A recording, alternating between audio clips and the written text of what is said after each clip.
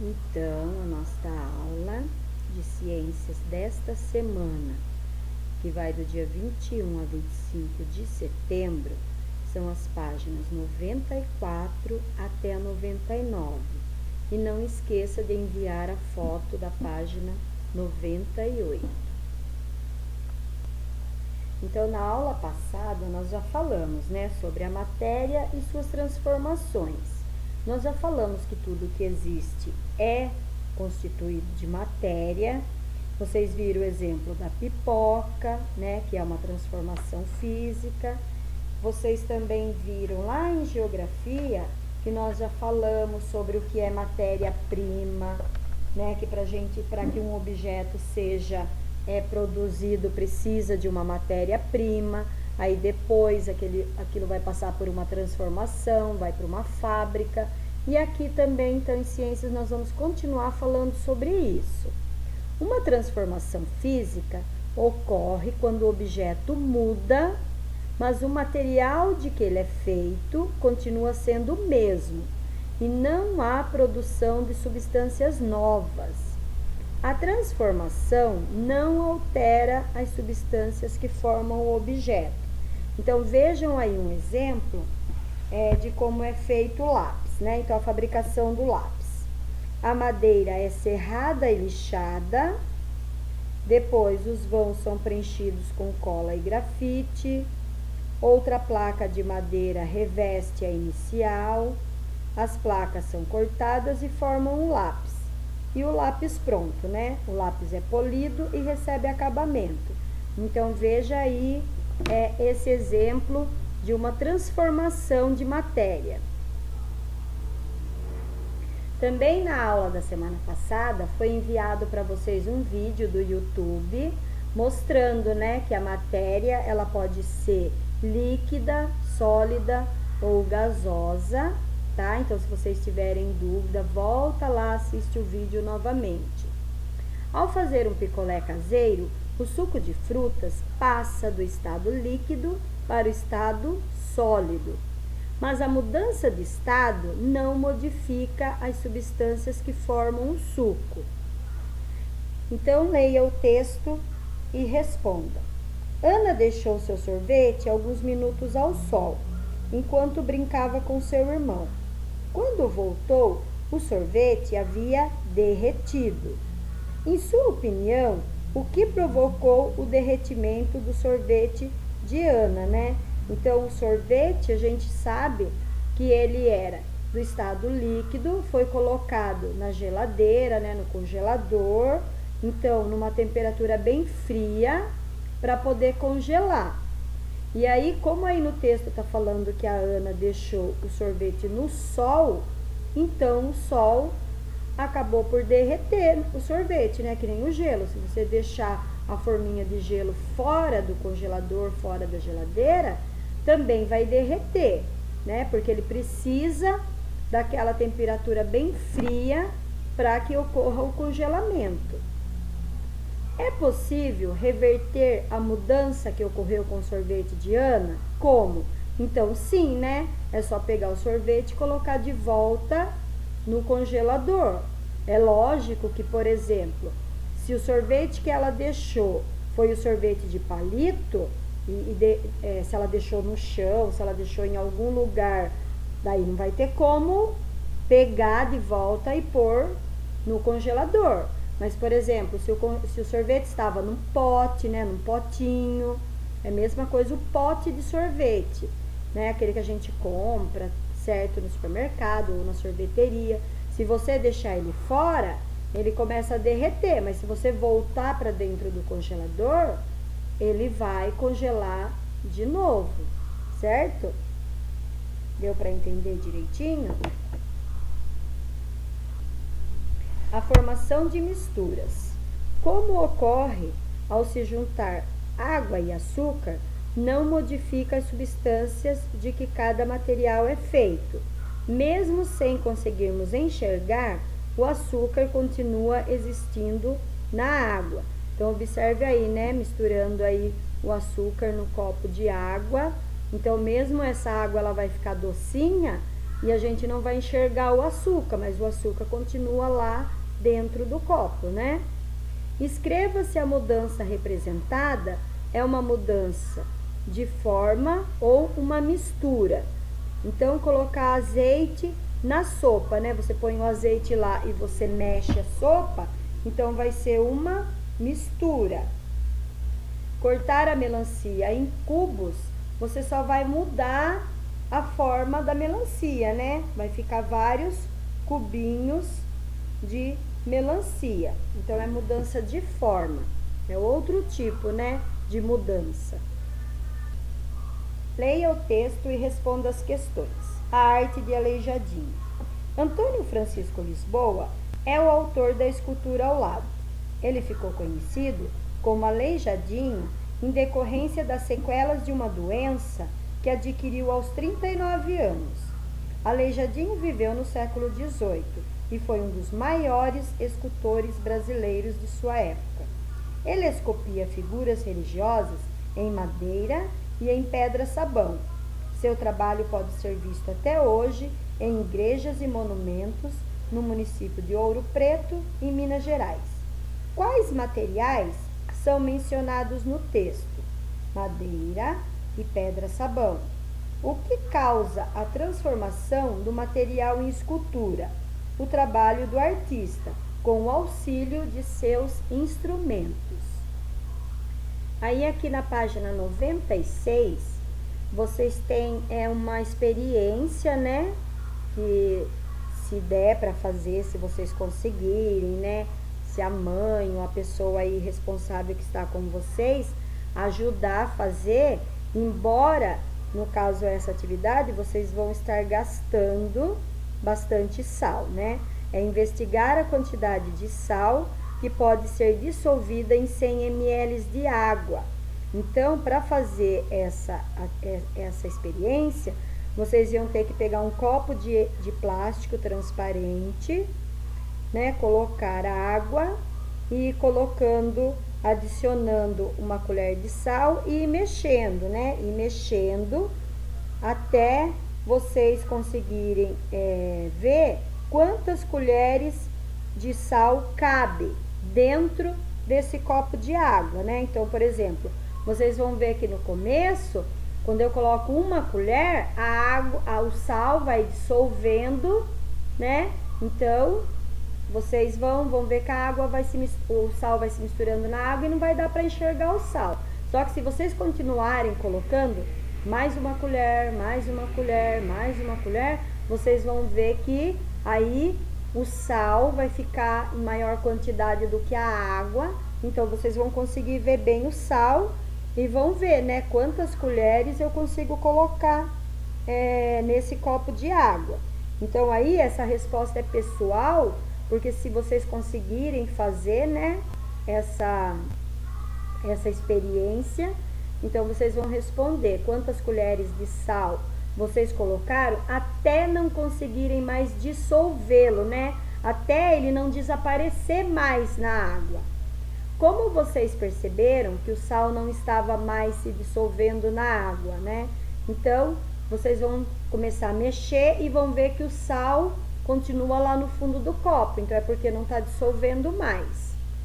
O que você faria para dissolver o sal que ficou no copo? Então, a única maneira de dissolver esse sal vai ser colocando mais água, né? Daí teria que colocar, acho que num outro lugar, porque pode ser que nesse copo aí não caiba mais água, porque você já colocou, né, uma quantidade de água, já colocou bastante sal.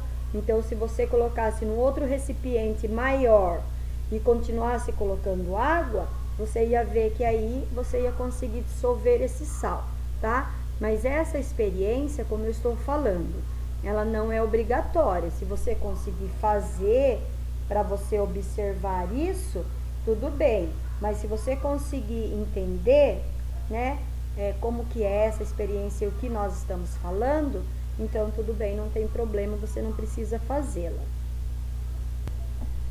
Depois nós temos mudanças de estado físico, né? Como eu falei para vocês, a semana passada foi colocado um vídeo para vocês assistirem, para entenderem, né? O aquecimento e o resfriamento de um material pode provocar mudanças em seu estado físico. Quando a água é resfriada a temperaturas abaixo de 0 graus, ela congela. Essa mudança recebe o nome de solidificação. Quando o gelo é aquecido e atinge temperaturas maiores do que 0 graus, ele derrete, ou seja, passa para o estado líquido. Essa mudança é chamada fusão. A água líquida, quando aquecida, se transforma em vapor. Essa mudança recebe o nome de vaporização. Quando deixamos as roupas molhadas no varal, elas secam lentamente. A água evapora e vai para a atmosfera na forma de vapor. A vaporização também pode acontecer de forma mais rápida, com a formação de bolhas durante o aquecimento de água. Nesse caso, é chamada ebulição ou fervura. Quando o vapor de água é resfriado, ele pode se transformar em água líquida. Essa mudança recebe o nome de condensação. Isso acontece, por exemplo, quando o vapor de água liberado durante o banho encontra a superfície fria do espelho. Formam-se gotinhas de água que deixam o espelho embaçado. Então, observe aí esses exemplos, né? Então, a superfície do lago se solidificando por causa da baixa temperatura, o gelo derretendo, a roupa no varal secando e o vapor de água aí durante o banho, né? Então, vocês vão observando como a água pode ir mudando, né, de um estado para o outro. Ela vai passando de líquido para sólido, de sólido para líquido, né, de líquido para gasoso, né? São algumas mudanças que vão acontecendo com a água. Leia o texto a seguir e depois responda as questões. O pai de Juliana lavou roupas e estendeu no varal. Entre as roupas lavadas estava a camiseta favorita de Juliana e a menina queria usá-la para visitar a avó mais tarde. Juliana perguntou ao pai se ia demorar muito para a camiseta secar e ele respondeu: como hoje está chovendo e frio, vai demorar um pouco sim. Você terá que escolher outra camiseta para ir à casa da sua avó. Se fosse um dia quente, a camiseta secaria mais rápido? Explique. Sim, com a temperatura mais elevada, o processo de evaporação ocorre mais rápido, né? Então, quando tá sol ou quando tá mais quente, né? Geralmente a roupa seca mais rápido mesmo. Essa pergunta você pode até fazer aí na sua casa para sua mãe ou para a pessoa que é responsável por lavar a roupa, que vai confirmar isso para você. O orvalho é caracterizado pela formação de pequenas gotas de água na superfície de objetos e plantas em madrugadas sem chuva e frias. Com o raiar do dia, as gotas desaparecem lentamente. Sabendo que o ar é formado por vapor de água, que mudança de estado da água deve ocorrer na formação do orvalho e no desaparecimento das gotas. Na formação do orvalho, deve ocorrer a condensação da água e no desaparecimento das gotas acontece a vaporização. Então, você viu lá no texto da página 97 que cada mudança no estado da água tem um nome diferente, né? Então, é isso que nós estamos respondendo nessa questão, tá? Então, quando forma o orvalho, o nome é condensação. Quando desaparece as gotas, né? Porque vai estar sol ou vai estar um pouquinho mais quente, daí essas gotas, esses orvalhos vão desaparecer. Então, é porque acontece a vaporização. Um botijão de gás de cozinha vem com 13 kg de líquido em seu interior, que se transforma em gás ao liberarmos a válvula. Qual é o nome da mudança de estado que ocorre ao abrir a válvula do gás? Então, é vaporização, né? Porque o gás lá dentro do botijão tá líquido e quando a gente coloca lá, né, no fogão para acender o fogo, então ele sai em forma de gás. Então muda, né, de líquido para gasoso. Um botijão recém-comprado tem a mesma massa que um botijão que está sendo usado há algum tempo? Explique. Não, porque no botijão que já foi parcialmente usado, parte do gás foi consumida. Assim, o botijão tem uma massa menor, pois há menos matéria em seu interior, né? Porque vocês já não ouviram a mãe de vocês, ou a avó, ou alguém da casa falar: nossa, acabou o gás. Então, se acaba, é porque você vai usando e ele vai diminuindo, senão ficava o botijão lá, a gente nem precisaria comprar mais, né? Então, assim, ele tá líquido, quando você abre a válvula, ele sai em formato de gás, de gasoso, mas ele vai acabando, né? Aí depois você precisa trocar o botijão. E para terminar a aula, depois lá na página 99, vocês têm um texto, né, para ler. Derretimento do gelo nos polos. Várias atividades humanas promovem transformações no planeta Terra. O desmatamento, a queima de alguns combustíveis, como o óleo diesel e a gasolina, e as criações de animais, liberam uma grande quantidade de gases que fazem parte da camada de ar que envolve a Terra, provocando alterações nessa camada. Essas alterações podem estar relacionadas a um fenômeno chamado aquecimento global, que é o aumento das temperaturas do planeta. Uma das consequências desse aumento das temperaturas é o derretimento do gelo e da neve, que se formam nas regiões mais frias, como nos polos. Veja essas imagens da região do Ártico, em 1979 a 2012, elaboradas com dados enviados por satélites, né? Então vejam que esse texto, ele é um texto muito interessante e que mostra pra gente como o meio ambiente, tudo está relacionado.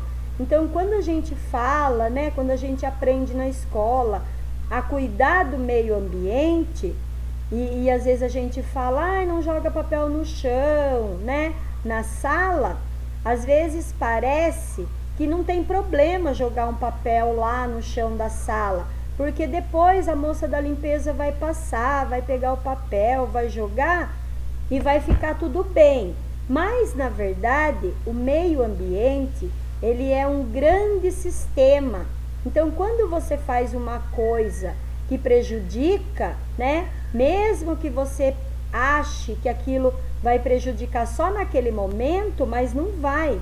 Ele vai prejudicar todo o meio ambiente, toda a vida, né, no planeta. Então vejam aí esse texto e vocês podem estar, né, aproveitando. Tenho certeza que vocês estão ouvindo falar sobre as queimadas do Pantanal.